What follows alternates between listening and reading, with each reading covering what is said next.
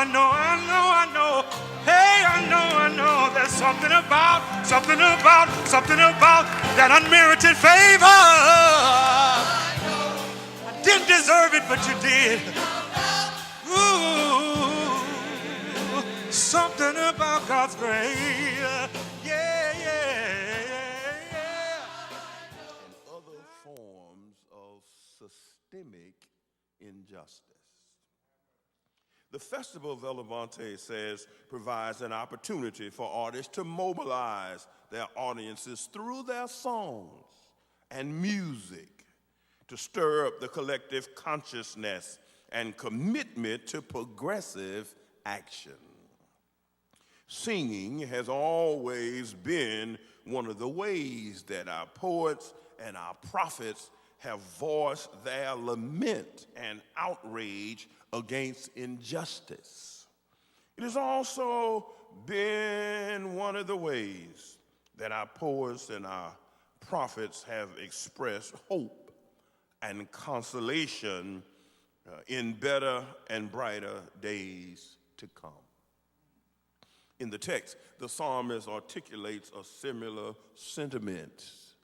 How can we sing Zion's songs in a foreign land? They had been taken away to Babylon, and the request to sing, unlike the festival of many rivers to cross, the request is a different request because the request comes from their oppressors, those who have taken them away to this land, required of them a song. They had been taken away to Babylon, and the request is different. Their request to sing is a request by their oppressors. By the rivers of Babylon, there we sat down.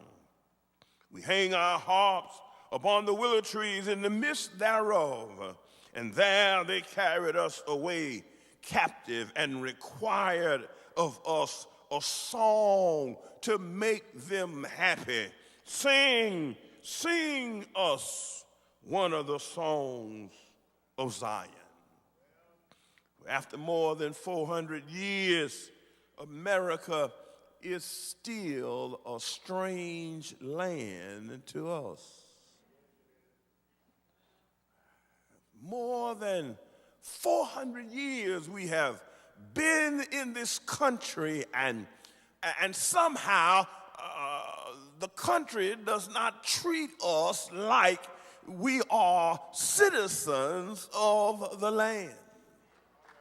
From not being recognized as citizens at all to being recognized as 3/5 of a citizen, to now being systemically finding ourselves addressing injustices that are built in the fabric of society. America still seems like a foreign land. Young men being gunned down in the street by those who are being paid by our tax dollars to protect and serve them. I wish I had a witness. The country has yet to address the issues surrounding our involuntary migration and enslavement. But our oppressors didn't ask us to sing. No, we decided to sing. We sing to ease our pain. Sometimes when nothing else will do, if you can just sing about it, it helps ease you through whatever it is you're going through. That's how our ancestors made it through slavery. They were able to deal with the rawhide whip of the slave master. They were able to deal with the injustice and the mistreatment. They were able to deal with the consequences of their enslavement by being able to sing about it.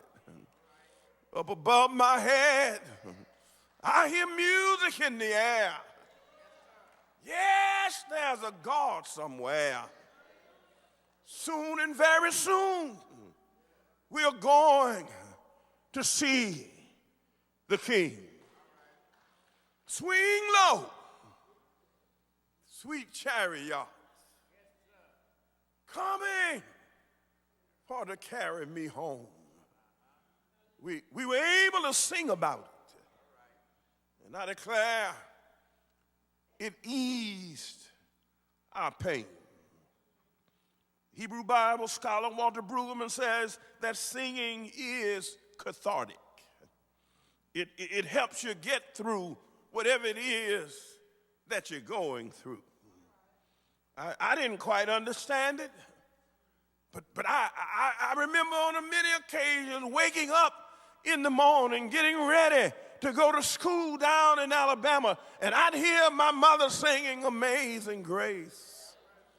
As she was there stirring the grits and getting ready to cook the eggs, how sweet the sound that saved a wretch like me.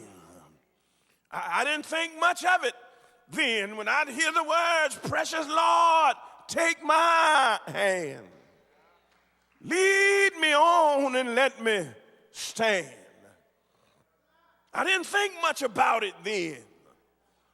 But thank God I've lived long enough to appreciate the art of singing.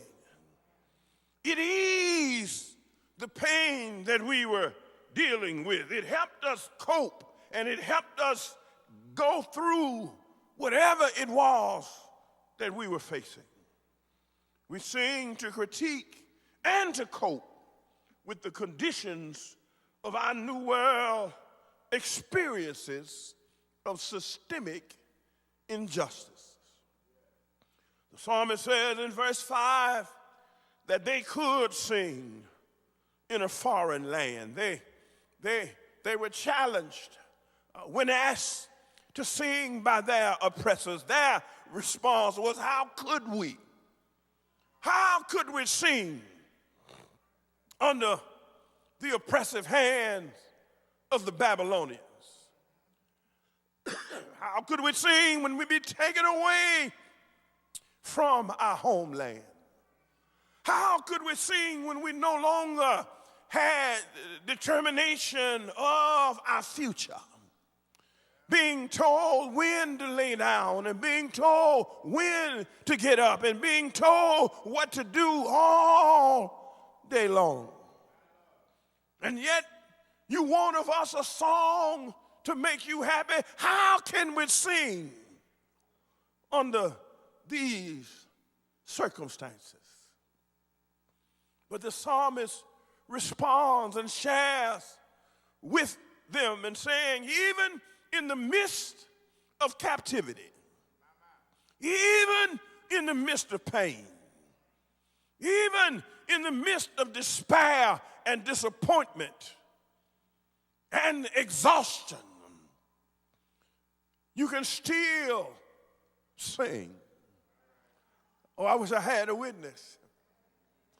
The African-American historian, Dr. Charles Long, says that's exactly what the circumstances that caused African Americans to sing in America.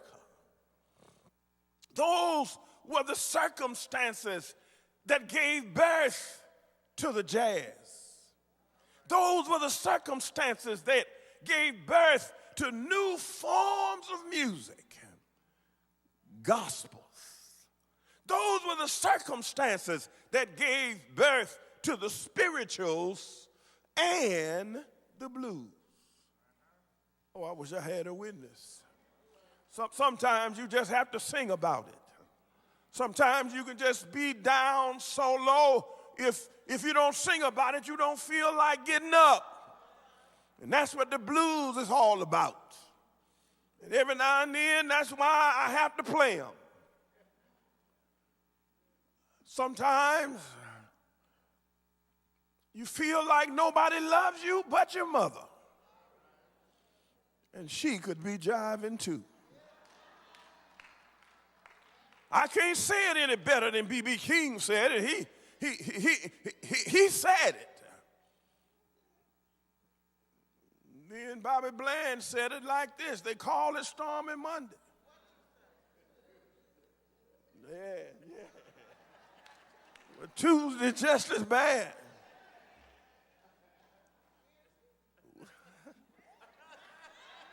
It's worse. And Thursday is also sad. TGIF. But the eagle flies on Friday. Good God, they're preaching Bobby Blue Bland. And Saturday, I go out to play. But Sunday, I fall down on my knees. It is out of these circumstances. Dr. Long calls it a percussiveness. It is a response against the hardness of the reality that you face. And more than just a response, he said it is a creative response. While others have folded up, rolled over, and died, African Americans sang their way through. And not only were they a blessing to the country, they were a blessing to the world. I wish I had a witness. I told you some weeks ago, the month of April, as I listened to Sirius Radio, 66, Watercolors, the smooth jazz station. The message that kept going out day after day after day during the month of April. Jazz, born in America, but celebrated worldwide. That's how we responded to the hardness of the reality in our new world experience. We were able to sing about it. He says in verse 5 of the text, when Israel threw their hands up and asked the question, how can we sing Zion songs in a foreign land? The psalmist says in response to their question, they can sing in a foreign land if they remembered their homeland. Remember Zion. Remember how it used to be. Oh, hallelujah. Remember how it was. Remember before things unravel and start getting crazy. Remember how you leave your doors open and your windows up. Have I got a witness?